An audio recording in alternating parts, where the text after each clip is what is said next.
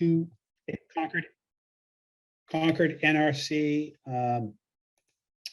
meeting. My name is Greg Higgins, acting as chair for Ed Nardi, our chair of the Natural Resource Commission. I'm calling this public meeting to order at 7 p.m. in accordance with the Commonwealth of Massachusetts Executive Order of March 12th, 2020, if you can believe that, almost 2 years. Suspending certain provisions of the open meeting law, we are conducting this meeting virtually to ensure public access to the deliberations of the meeting. The public may access this call through video conferencing or telephone. Following the presentation by the petitioner and questions of the commission, members of the public will have the opportunity to ask questions and provide public comment.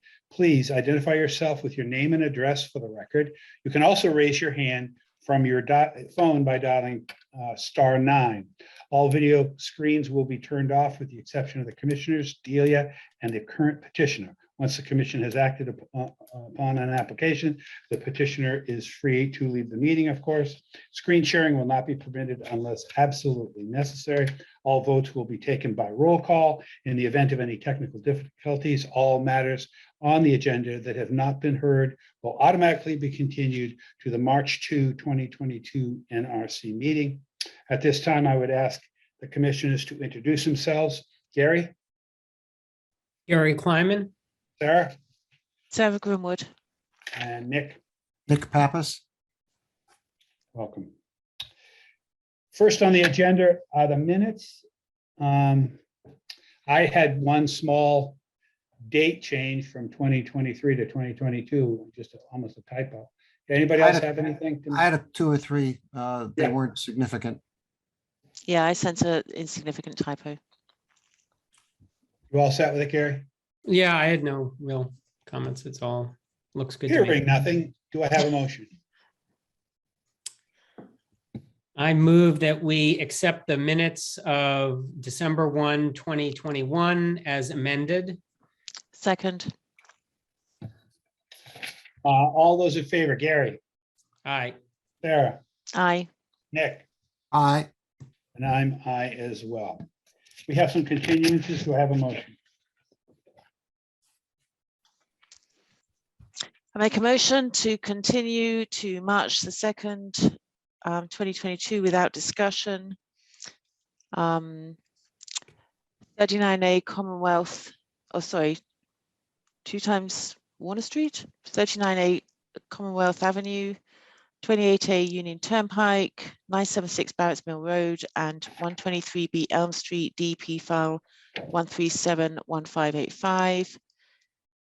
As well as Lim Peacher at 61 Black Duck Road, DP file 1371578. Second. Oh, All you those didn't in say, favor, Gary? did you say when you're going to continue them to? I March did. 2nd? March 2. So, second. Gary, Aye. Sarah, Aye. Nick, Aye. and I'm aye as well. That brings us to our first, Was there a yeah. director's update? pardon? Oh, director's update. Thank you, Sarah. Not really, but I did Oh, want okay. to just share that just very briefly, let me see if I can find the photograph. I mentioned at the a meeting or so ago that there was a black bear that was sighted in the Hill Street neighborhood, possibly the same, looks like a youngster, which would be consistent with what you would expect. This is at White Pond. So he's still here, he or she is still here. And just great that residents are reporting what they're seeing and that we have black bear that are traveling around town. That's Now, it. you said you assume it would be natural to be a small one. Is that because it's being driven away from where the older ones live? Yeah, so they're pushed out of their territories once they reach Yeah. age where they should go and sort of strike out on their own. Is that it? Yes. All right, that does bring us to RDA file number 22-3, which is 14 Union Street. Who is here in that regard? Who's representing the petition? That would be myself, Dave Crossman from B&C Associates, and Delia, you have my camera locked. Well, that's intentional.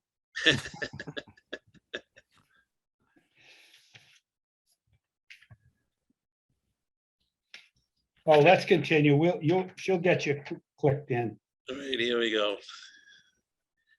So I'm Dave Crossman from B&C Associates, representing the applicant, Mr. Charnley. Mr. Charnley is looking to put a garage in the back left corner of his property as you look in from the street. And on this screen here, that his property is just beyond the green area in the back of the houses. Yeah. And we're requesting, this is the town GIS map. So the green area is showing that there's some BVW located behind 22 and 30 Union Yeah. Street. Now, I've been out there previously for both of those houses, and I did not find any wetland resource areas. So when Mr. Charnley was looking to get his building permit signed off on, staff asked that he file an RDA to make an official determination about this area. So I did go back out on the adjacent lot 22 to look again, because that was about 12, 13 years ago when I looked at it the last time. There's still no wetlands on this side between the houses and the MBTA tracks. And we're filing to get an official determination from the commission as to whether or not there's a resource area, which would allow, obviously, if there is, in your opinion, he'd have to file, or he could use this as the filing. Right. And if there isn't, then would like to get his building permit signed off on. So my opinion is there was, particularly behind house number 22, last time I was there, I found one arrowwood and one American elm sapling. The rest of them mostly upland invasive species, Norway maples, Japanese knotweed, garlic, mustard. But there's also black cherries, a couple oak trees. The soils are pretty decent back there, and actually in elevation, 22 is a little bit higher than Mr. Charnley's properties. So he would be actually below the wetlands if there were indeed any wetlands. Now, staff went out and they concur with the finding. Yes, so this was the first time that we had seen any documentation of 22 or 30. So yes, Colleen went out, reviewed the soils and the vegetation, what there is at this time of year, and confirmed that there's no BVW there that would project a buffer onto Mr. Charnley's property. If it ain't there, it ain't there. So is anyone else? I have no questions in this regard, given the staff is satisfied. Does anyone else on the commission? No. Nope. If there's no wetlands. There ain't no wetlands, there ain't no wetlands. Is anyone out in the public there wish to speak on this issue?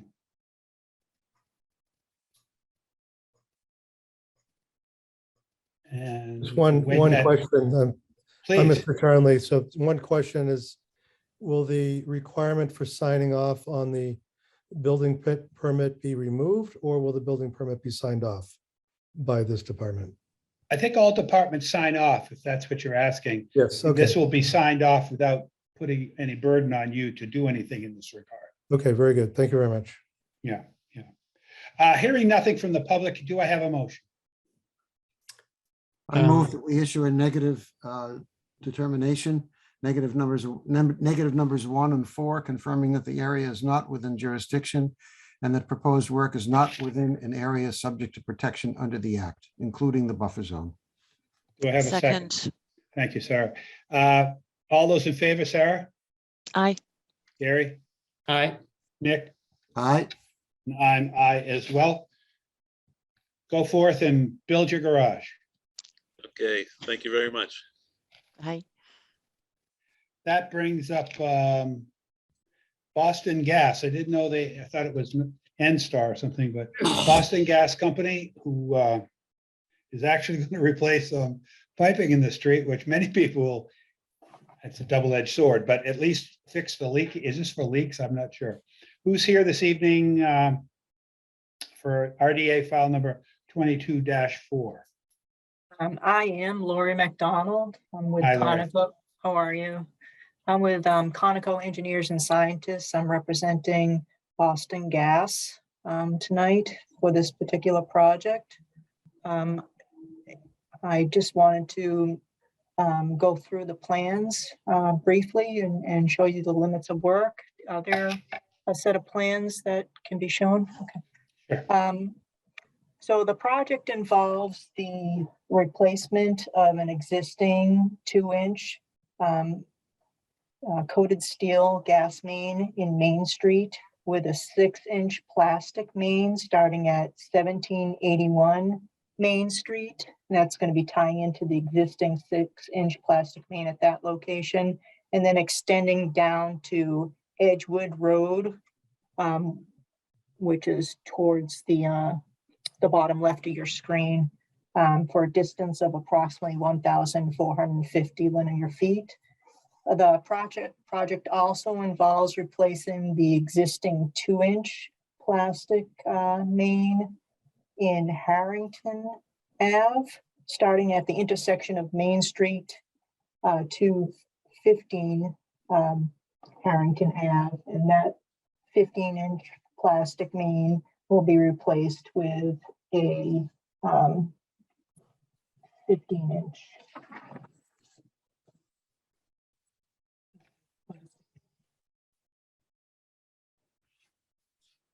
The main work involved in the project that's located within Conservation Commission jurisdiction is along Harrington Avenue and at the intersection of Main Street with Harrington Ave. So if you can go with the close-up, I'll just go through the resource areas briefly on this sheet. So the resource areas are associated with Division Brook. So basically Division Brook starts south of Harrington Ave and flows north underneath Harrington Ave and then to the Assabet River. Resource areas within the project area include mean high water mark, which is that, I guess, first green line closest to the stream or the brook. The 50-foot buffer zone associated with the mean high water mark. The 100-foot riverfront area associated with the mean high water, and then the 200-foot riverfront area. There's also a bordering vegetated wetland, freshwater wetland that's located south of Harrington Ave. That's also a green line with a 50-foot or 25-foot no disturbance zone that falls relatively close to the work, and a 50-foot buffer zone and 100-foot buffer zone that extends into the work area. So I just want to make mention that the mean high water mark was determined by digitizing the bank from ortho photos, and the bordering vegetated wetland was obtained through GPS field survey. So those are generally approximate locations. Sure. And so the gas line along Harrington Ave is actually considered an exempt activity, replacing. It's like kind. Say again? It's like kind. You were just replacing like kind. Yeah. So Yeah. technically that particular line is not subject to review. However, the section from the intersection of Harrington Ave and Main Street north to 1781 Main Street, that falls generally within the 200-foot riverfront area. And that is a 2-inch line that's being replaced with a 6-inch line. So that does have some jurisdiction that requires Conservation Commission review. Correct. In any event, we are going to be installing erosion controls prior to the start of construction that will consist of catch basin silt sacks. And if you can go to the next, yeah, we can zoom into that. So this is a close-up of Main Street and Harrington Ave within the general location of the resource areas. So the yellow line is a new gas line that's going down Harrington Ave. And then stream is over to the bottom right of this particular view. Again, flowing from the south of Harrington Ave north towards the Assabet River. So at the start of construction, we're proposing the installation of catch basin silt sacks down at the bottom of the slope. So Harrington Ave slopes down from Main Street, the low point, which is generally the stream itself. So silt sacks will be installed at the catch basins, and linear erosion controls such as straw wattles will be installed along the edge of the road within the right of way to help protect the river itself during the installation process. So after the erosion controls are installed, generally the contractor will start the installation process, and they will start by trenching with a small excavator down to approximately 4 feet maximum, with side casting the material that they excavate into either a dump truck or temporarily at the side of the trench. Then the trench will be backfilled with 6 inches of sand. The pipe will be installed. Then 6 inches of sand will be installed on each side of the pipe as well as on top of the pipe. And then the pipe will be backfilled to grade in the area patched. At the end of each day, trenches will be covered, closed or covered. In the area, it will be swept. Let's see.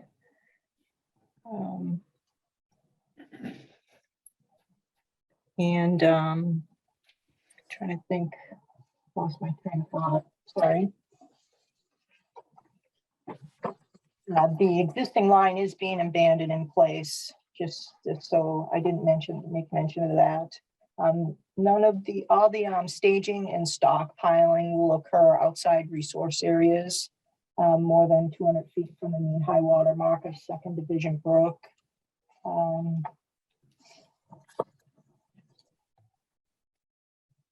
So after the project is complete and the pavement has been patched or paved, the side slopes or any disturbed areas will be restored to pre-construction conditions to the maximum extent possible, and erosion controls will then be removed. Non-biodegradable erosion controls will be removed from the site once everything is stabilized. I think What's the duration of this project, Lori, do you reckon? I actually am not sure of the duration. I know it's scheduled to start sometime in 2022. I can get that if. No, I was just curious. It's not germane to, I was just curious how long a project like that will, and have you notified the neighbors, but you don't know that probably. I do not know that. Just having been on other committees, that especially Public Works, we always used to get called on those kinds of things.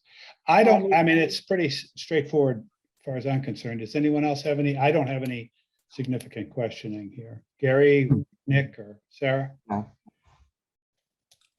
No, seems like good controls, given how far you are Yeah, from the source yeah. area. They did this one time before, I think. The public, anything from the public? Not too much public out there. Hearing nothing, do we have a motion? I move that we issue a negative determination. Negative determination number 3 with the following conditions. 1, a pre-construction site visit shall be held with DNR staff and the contractor to review erosion controls and limits of work. Stockpiling shall occur outside the 100-foot buffer zone. Staked 12-inch straw wattles shall be installed as shown on the wetland resource area plan. And 4, after the project has been completed, the applicant shall submit a letter to the NRC stating that all work has been conducted in accordance with all conditions of this determination of applicability. Any changes from the RDA shall be described. A second. Thank you, Gary. Thank you, Sarah. All those in favor, Sarah, Aye. Gary, Aye. Nick? Aye. And I'm aye as well. Thank you, Lori, very much. Thank you very much. Have a good evening. You do the Thank you. same.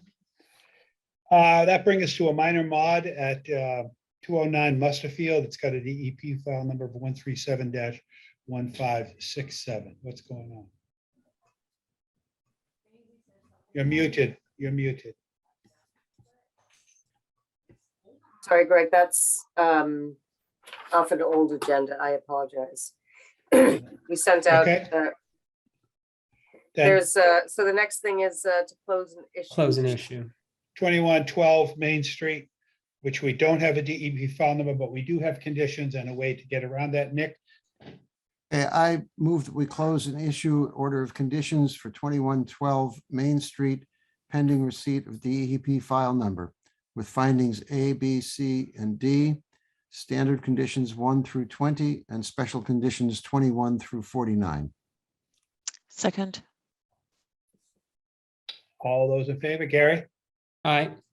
Nick, Aye. Sarah? Aye. And I'm aye as well. Thanks, guys. That moves us to other business. The Hutchinson Farm land swap, I guess we'll call it, eh? Mhm. You want to take that one, Delia? Sure. So there are two actions here, and they're both related to a boundary correction. This graphic is showing the agricultural preservation restrictions that are over Hutchinson's farm. There are 6 of them. They were placed over the Hutchins property over a few years between 1989 and 1995. That was to allow the town to come up with the money to purchase this APR with some assistance from the state. So it is in 6 parcels. The original parcel included, this is the original boundary line here. And it includes land that has a shed that is for residential purposes, and it's not something that is recognized as being appropriate for being in an APR. So the state has asked that there be a transfer of land to basically swap out this land that they would like to be in residential purposes, and to switch that out with lands that is in the APR. So it's essentially a net, there's a slight increase. So parcel AA is 3,534 square feet. That will be transferred out of the APR. And parcel BB, which will come into the APR, is 3,956 square feet. So there's a slight increase of what goes into the APR. And as Greg indicated, this is just a minor boundary correction. So there's two actions that are needed to be taken here. One is to approve the agricultural preservation restriction. It's a confirmatory APR that confirms the new lines. And the second is to recommend to the select board that they don't exercise a right of first refusal to purchase that parcel, because the reason for that chapter 61 action is because the land is in chapter 61A. And whenever there's conversion in the use, the town has the ability to purchase land that comes out of one use and goes into another. Obviously, there's no interest for the town to purchase that parcel AA, seeing as it is part of the existing farm. So staff's recommendation is that the commission recommends that the select board not exercise its right of first refusal. Any questions from the commission? I mean, it's pretty straightforward. The downside to it is we're going to have somebody read the confirmation Yeah, no, I mean, document. the question is, why didn't they recognize that a shed was going into an agricultural restriction before? But I suppose it doesn't really matter. Well, And Gary, that shed might have been there Hmm. when the APR was placed, my Right, guess is, 1995. I'm not sure. But yeah, anyway. well, and the Yeah. lawyers needed the work. This is 3,000 square feet on a huge farm. Yeah. You know. So I'll go ahead and move to recommend that the select board not exercise its right of first refusal in accordance with Massachusetts General Law, Chapter 61A, for the parcel of land shown as parcel AA on plan of land in Concord, Mass, owned by the Hutchins Realty Trust, the Oak Tree Homestead LLC, 820 Monument Street, nominee trust in Hutchins Land Company LLC, dated January 14th, 2019 by Pearly Engineering LLC, recorded as plan number 444 of 2019 in the Middlesex South District Registry of Deeds, which parcel AA contains, according to such plan, 3,534 plus or minus square feet. Do I have a Second. second? Thank you, Sarah. Let's just get this one out of the way. Sarah? Aye. Gary? Aye. Nick? Aye. And I'm aye as well. Now we need a motion on the actual. So I move to accept the confirmatory agricultural preservation restriction shown as Area 6 on a plan of land in Concord, Mass, owned by Hutchins Realty Trust, dated November 25th, 1988, by David W. Pearly Civil Engineers, recorded as plan number 1404 of 1989 in the Middlesex South Registry of Deeds in Plan Record Book 20287, page 63, excluding parcel AA on a plan of land in Concord, Mass, owned by the Hutchins Realty Trust, the Oak Tree Homestead LLC, 820 Monument Street, nominee trust in Hutchins Land Company LLC, dated January 14th, 2019 by Pearly Engineering LLC, recorded as plan number 444 in 2019 in the Middlesex South District Registry of Deeds, and including parcel BB on said plan number 444 of 2019. Second. All those in favor, Nick, Aye. Gary, Aye. Sarah, Aye. and I'm aye as well. Great job, Gary. yeah, well done, Gary. You get the prize Uh, tonight. It's like, never mind, I'll let it go. Nice job. It's sort of like when you used to have to read the proofs when you did the math and, in the end. But anyways, we have an administrative approval. What's that all about? Trees. coming. Yes, we do have one administrative approval, and that is for removal of a failing tree at 41 off Harrington. Right next to it where the is gas lines are going in. right past that, actually. So this guy replaced his driveway a couple of years ago. It's a maple that is just in front of his house. I'm sorry, I don't have the photograph up. I'm gonna try and see if I can pull it up right now. But it is a 20-inch maple that is failing. Land manager Will Holden went out to review it and saw that there was bark inclusion, insect damage, other reasons that it should come down. There's a leader that is leaning towards the house, and the homeowner is going to remove that tree by himself. He's going to take a chainsaw and cut it down. Here's a picture of it here. So you can see there's obviously some damage that has occurred. There's some fallen limbs here.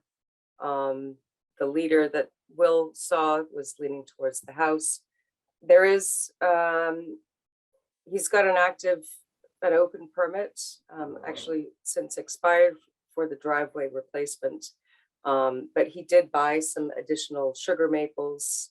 There is one additional that he will plant as a replacement for taking out this maple here. So we don't have any issues with him taking down this tree. It looks pretty sick. Yep. Anybody have any thoughts? No. He's replacing it with one tree or more than one? Just one. Yeah. Okay. Yep. It's in the outer riverfront. The pond is behind him.